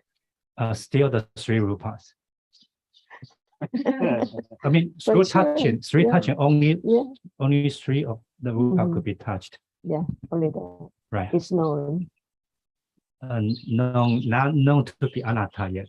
At moment of touching, hardness and softness is known, right? Yes. Yes. The vikara rupa, can it be known at moment of touching? No. No. I think your point is that it's just hardness here or here or here or here, but the hardness itself is different if it is the one conditioned by karma, accompanied by jivitindriya and other kamaja rupas at that moment, that's all. But it's still just hardness that's touched, yes. Right. Because when you say the hardness here and the hardness here, they're bound to be different, whatever whether it's table and body or table and book, the detail are different, right? Yes. But if you want to say that there's some other difference between the hardness of the table and the hardness of the body, apart from the detail, is that the case? Well,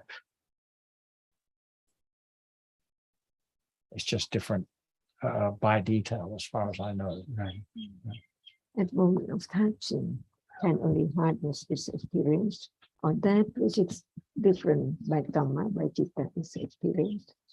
It can be appeared. Appear. Through mind or. Okay, not touching. No, not the different, right. Not by touching. Right. Yeah. So it's actually an assumption. Because it could be mistaken. Right, sure, could be mistaken, yeah. But isn't that your original question? Touching the vikara harness with vikara or not? No, exactly. I was just commenting that the hardness itself, conditioned by chittaja rupa, is different from hardness that is not conditioned by chittaja rupa. So the hardness itself, that arises, conditioned by Chittaja Rupa arising together with the Vikara Rupas, that hardness is different from this hardness or this hardness.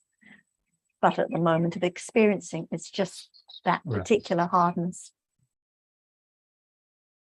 Touching the apple and touching the glass is that which is touched different.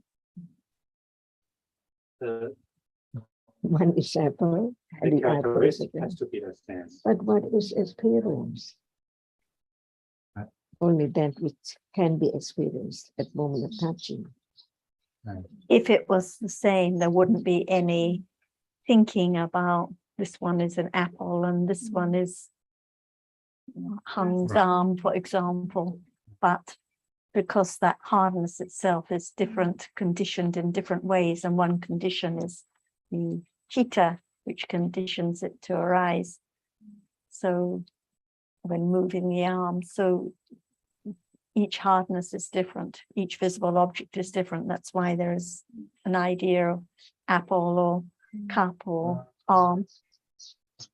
That's why the viparasa is so deep. And even the texture of that with apple or glass is different. But what can be known is only the characteristic, which is part of soul. We don't mind whether it's different by condition, but what is touched, it's only that, which is part of soul. Different degrees, different combinations. Yes.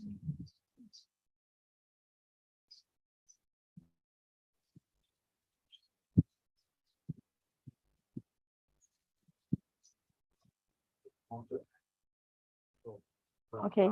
Anyone there who would like to ask any questions?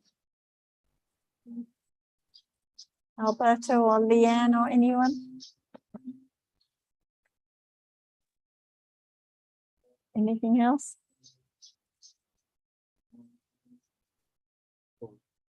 One point that I heard you mention not so long ago, you referred in a discussion to how chitta is accumulated at every moment. Usually we just refer to the kusala and akusala that's accumulated at every moment.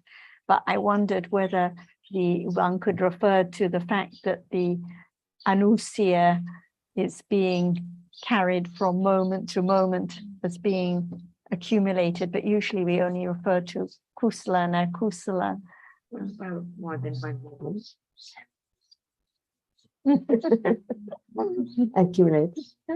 More than one moment accumulated, yes, perhaps that's what is meant. Yeah. So accumulated at every moment because it's more than one moment, from moment to moment. Degree of attachment. Right, from moment to moment, yeah. One is less and the other is strong. Right, okay. Usually I wouldn't say that's at every moment, no, I would just say that Moment of kusala and akusala. moments of kusala and akusala. Understood. Yes, yes, yes, understood. Understood, but good to get it clear, yes. Just to condition a little bit of letting go of all kind of akusala. So which of the nivaranas are the most serious now? Sleepiness. Two hours sleep.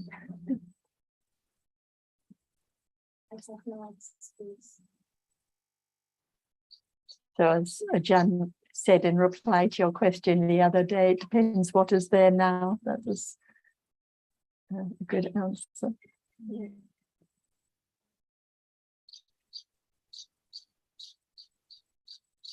And we were talking about Tina and Nida the other day, how they just arise with weak chittas and just with dosamula chittas. So there can be sleepiness with pleasant feeling or unpleasant feeling, but it's only with the dosa that they arise. Without hearing about Kinamita, when it's there, how can it be known?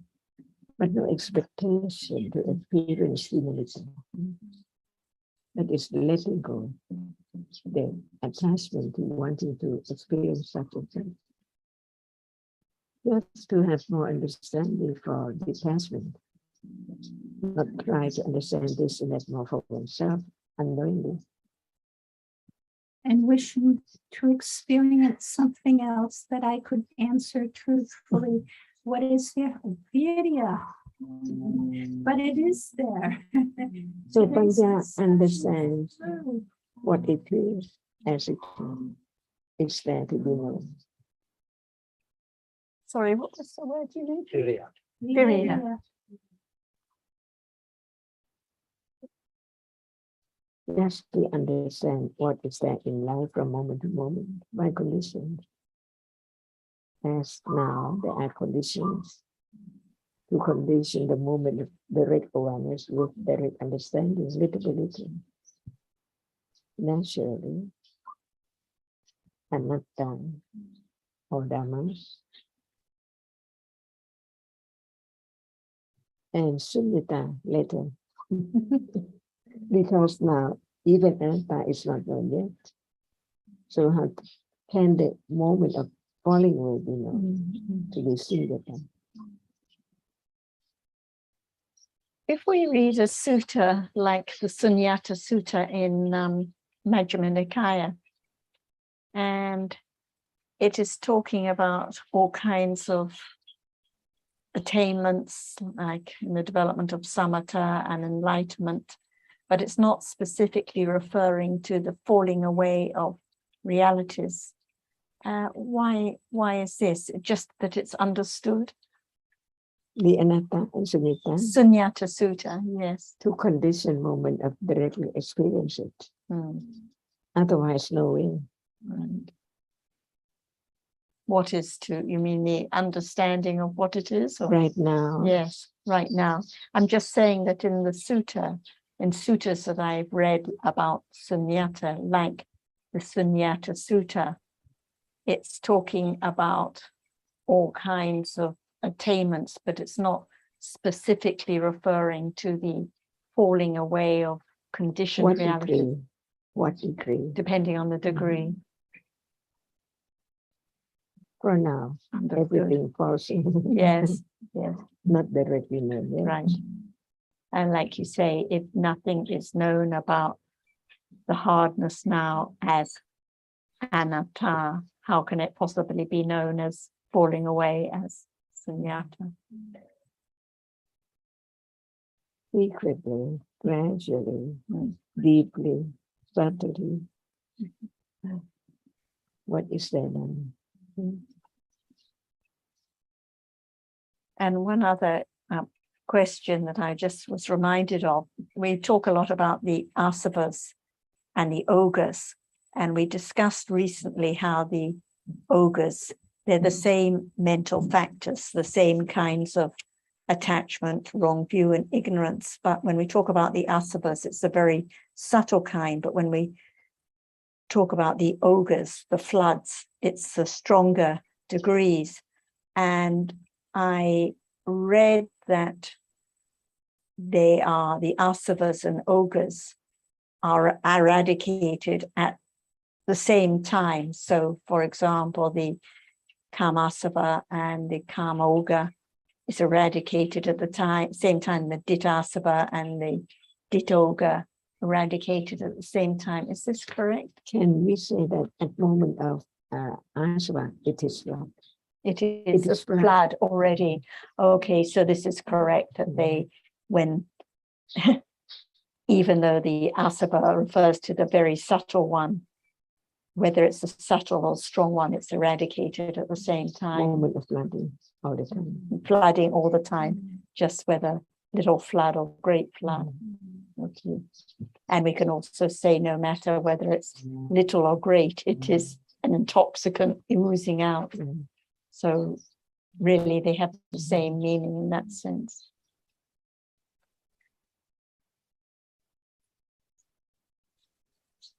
Is it time to finish, or would you like to continue? We can carry on. Okay. We just carry on then. It's a very relaxing and comfortable place here. We have everything. Everything. Everything. Yes. Thank you. And the sweet. Yes, thank you. Thank you very much. I really like it. We will share with the others. So that, yes. They have it. Well, I have it too. My goodness. Help us eat ours first. And we especially appreciate all the little touches everywhere that you put in, and lots of thought and care, lots of very useful and appropriate gifts. We were talking about when we were talking about Bhawa and Vibhawa Dhanha, and we were talking about what is the appropriate gifts, yes. But the dish with rice and vegetable is only one and very small. Okay. So it's really For me, okay. Thank you. Thank you. Appreciate it.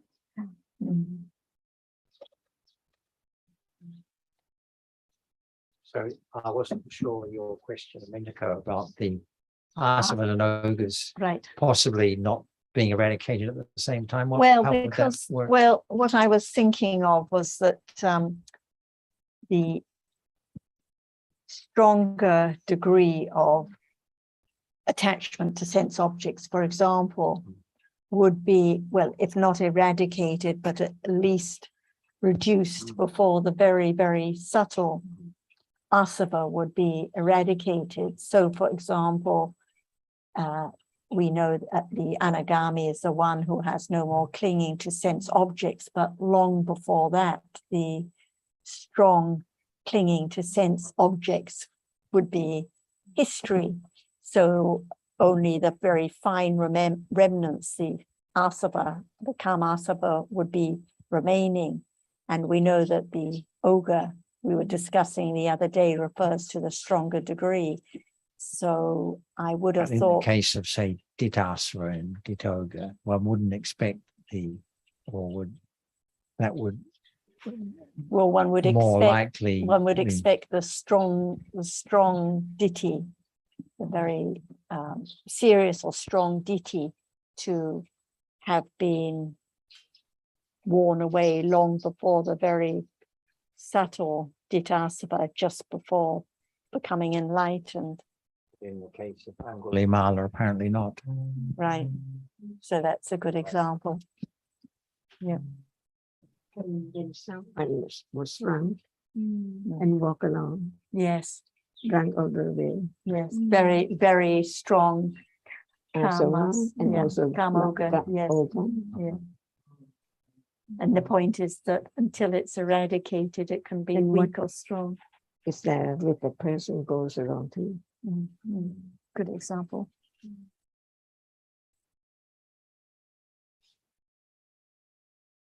Are we now? Asava, Oka, Yoka.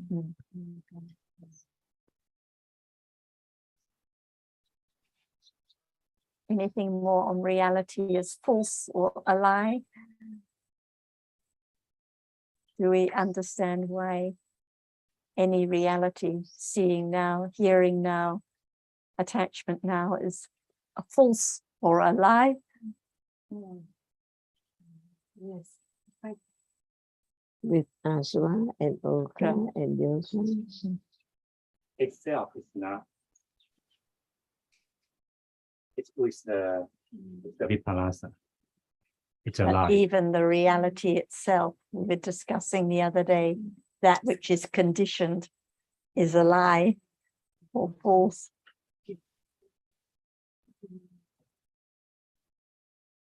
Panya. Well, in this definition, then panya is a lie. Lie or false. Right. Okay. Nimitta, Panyati.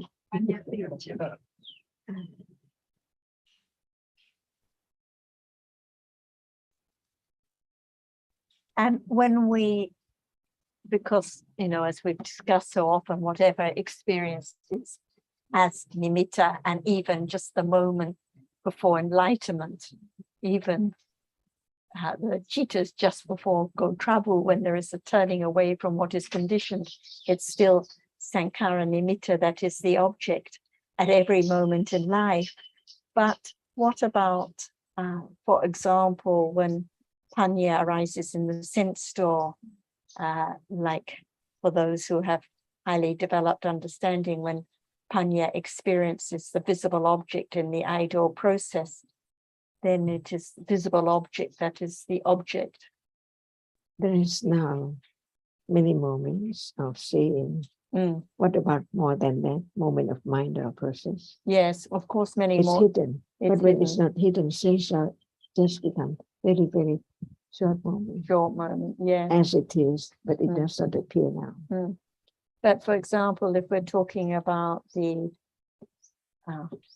Buddha's understanding, or the one with great understanding, then it's still, as we know, it's nimitta, always that is experienced through the mind. How can he teach about it? Always nimitta. But what about when it is the visible object in the idle process, that is the object of panya at that moment? Then it is the reality of visible object. Whose degree of enlightenment? Yeah, the Buddha's, yes. At that moment. Even at that very moment. At that moment when visible object is experienced. When it's enlightened. Oh, when it's enlightened, yes. Unexpectedly. Yes. Imagine just one reality at a time. In mind or process. What does it mean? Is it as light as now, different things? But we know that panya can arise in the sense door process, because when we read the Abhidhamma details, panya. Because no doubt of the seeing. Yes, no doubt at all. Right. Because panya is there. Yes, but even in the idle process before mind can be panya arising. What is the object? Visible object. Then. So the understanding of visible object only there. And at that moment, later, it is visible object itself. Different level of understanding. Yes. One object at a time. But the point is, when we say at every moment, it must be nimitta as the object, but at that one moment, when it is visible object in the idle process, that one moment, it is. Because the rupa has to follow in, or one guy in between, and for the mind, for sure. Yeah.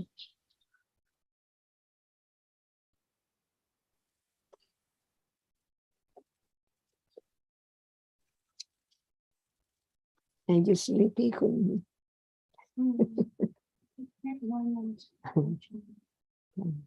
Not Tina and Nida all the time.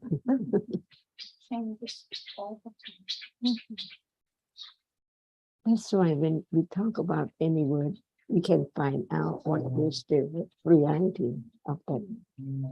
We take for such word. So now we don't need to say what doorway. No.